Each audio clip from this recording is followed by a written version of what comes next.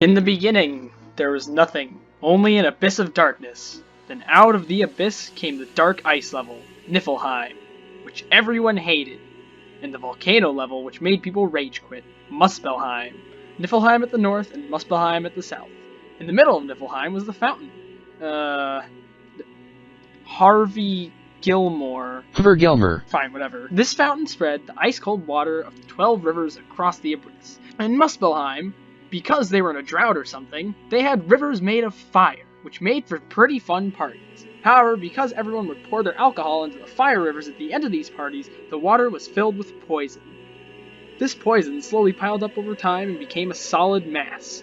Now, my parents always told me, whatever you do, don't mix rat poison with ice, or else you will accidentally create a giant. Now, I'm a good boy, but clearly someone didn't listen, because someone mixed the cold water from the fountain with a giant clump of poison. It went from being a giant clump of poison to being a giant frost-covered clump of poison. Then, because this giant clump of frost-covered poison was right next to the volcano level, it started to melt, and out of the poison came Ymir, a giant. Then, on the night Ymir was born, he decided to sleep near the volcano level, Muspelheim. Now, because Muspelheim is literally a volcano, it was really hot, and Ymir started sweating.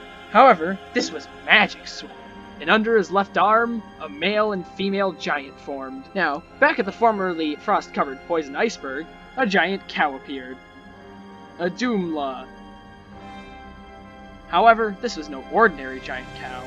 This was a magic giant cow, who had life-giving milk. Now, because Ymir needed to stay hydrated, and because the only other sources of water were icy rivers and poisonous rivers made of fire, Ymir started off every day with a glass of this magic milk. Now, back to the poisonous ice block. Because it was poisonous, the ice block was also very salty. On top of that, Adoomla needed sustenance, because a giant man was drinking from her every day, which is honestly pretty disgusting. And so, Adoomla started licking the salty ice. And over time, licking the ice caused it to slowly melt, revealing a being named Buri. Buri had a son, Bor, and then Bor met Ymir's daughter, Bestla, and it went something like this. I'm Bestla, I'm Bor, I'm a giant, this is cool, I'm salty.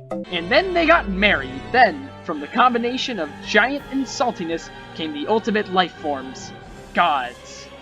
Odin, Vili, and Ve, one of which you probably know, and two of which you probably won't hear about again, were the three sons of Bor and Bestla. Then one day, Ymir took these grandchildren out for food. Hey grandpa, I want a burger. No, you just ate. But I want a burger. No, I just bought you Chipotle. If you're not with me, then you're my enemy. Is that a prequel quote?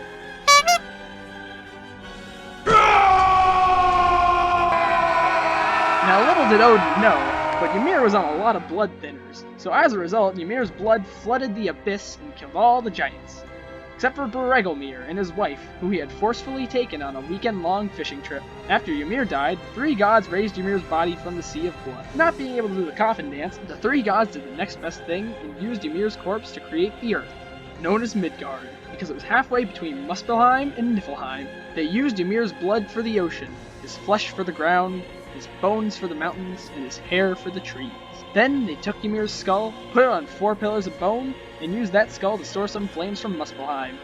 These flames became the sun, moon, and stars, which the gods were in charge of, making night, day, summer, and winter. And from the layer of the sun, grass formed. After this, other gods came from the abyss. None of them had parents, and they started talking. Hey look, other gods.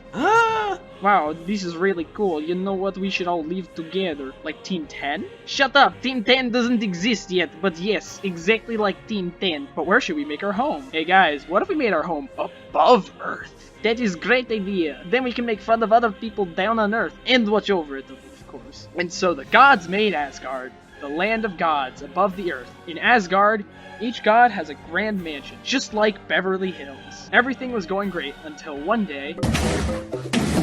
Hey guys, I'm Delphil off Asgard.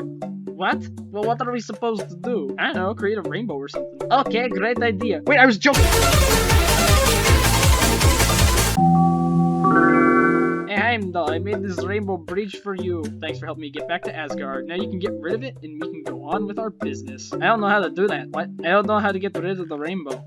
Then why did you make it? Hey, how about you guard it and make sure no plebs come up here? What? No. Sorry, I think I left the meatloaf in the oven. Wait, what? Get back here! Meatloaf hasn't even been invented yet! What a piece. Now here's the problem. We have an awesome mansion. Now we need people to brag about them too. What do we do? I don't know, maybe we could make these little green things called frogs. They'd be pretty cool. Guys, grubs are forming underground on Earth. They're gonna diggy holes all over Midgard. Diggy hole. Ah yes, let's make the grubs into dwarves. That's a great idea. What about frogs? Take that! Shut up about your stupid frogs. Look at me later. And so the gods decided to turn the grubs into dwarves. Great news! The dwarves are all digging holes. Great, it worked perfectly. There are no flaws whatsoever. Wait. Oh no! I just realized all the dwarves are ginger! Well, that's offensive. Prepare to get cancelled on Twitter.com. You don't understand. They're already an underground race. If they're ginger, that means if they touch sunlight, they'll turn to stone. Guys, there's a problem. We already know that we made all the dwarves ginger. No, worse. There are no women. What? No women? Oh no, that's bad. All the dwarves will think we're sexist. How can they think we're sexist if they don't even know what genders are? Be quiet!